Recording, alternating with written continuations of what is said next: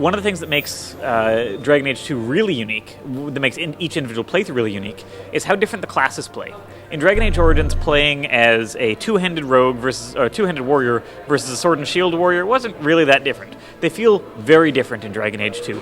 The dual-wielding rogue is the fastest class in the game. You're just like ninja attacks all the time, doing backflips in the air, throwing down a smoke bomb to sort of disguise your disappearance, and then showing up behind a guy and shanking him in the back. Whereas the archer is a slower playing class with a whole lot of knockback power and the ability to affect large areas. The only class besides mages that can cast ranged area of effect attacks. So there's a great variety there. And one of the things that we have is a cross-class combo system where a warrior can inflict the stagger status effect, or a mage can make an enemy brittle, or a rogue can disorient an enemy. And then any class besides that class can then exploit that. One of the things that you find in Dragon Age 2 is if you play on casual or normal, the game really feels like an action RPG, where you're primarily playing in real time, and you're playing with a fairly limited set of abilities. You have as many abilities as someone who's playing on a higher level does, but you find that you're using the same ones over and over again. Whereas when you play on hard or nightmare, I'm doing a hard playthrough right now, and it's a lot of fun. It's really back to the tactical Dragon Age Origins experience, where you're doing a lot of pausing, considering your situation, deciding which enemies have to go down first so that you don't get overwhelmed. We have a lot of wave fights, where you've got 10 guys, and then once you've got rid of 7 of those guys, another 10 guys show up. And you kind of have to make sure that you're dealing with the greatest threats at any one given time, which doesn't even mean the most powerful guys, but the guys who've gone aggro on your mage, because your mage is the only guy who's keeping the party alive.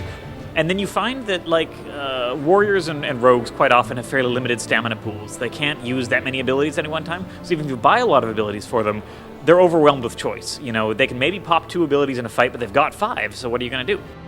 So what we've done there is each of the talent schools, instead of having just 4 abilities in a straight chain like before, now it's sort of constellation-like system, where one ability might unlock 2 more abilities, or 2 abilities might be required to unlock a 3rd ability. Many of those abilities will have upgrade abilities, so that you're using the same amount of mana or stamina to use the ability, but it's more powerful than it was before. Not just greater damage, but now it affects a 10-meter radius, or a 10-meter circumference, diameter, instead of 5.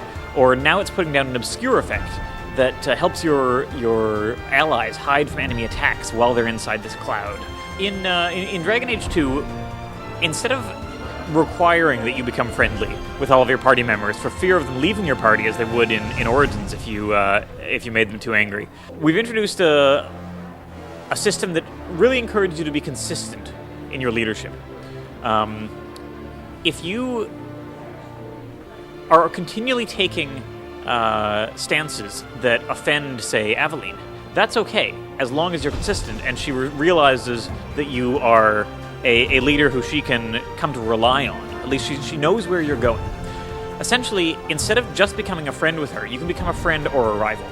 And the aim is just not to be a sort of middle ground kind of guy who's continually taking 2 steps this way and 2 steps this way. You want to push Aveline towards friendship or towards rivalry. Once you get sufficiently far along these tracks, you get free passive abilities for the followers that will improve their abilities in combat, either in a sort of friendly way or a rivalrous way. They're different abilities depending on which direction you're going in.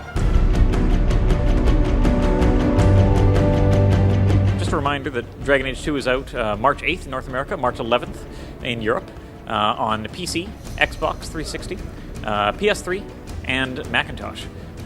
Also, there's a downloadable demo available late February on PC, Xbox 360, and PS3, so anyone can check it out for free. And you'll unlock some great in-game items in Dragon Age 2 just for playing the demo.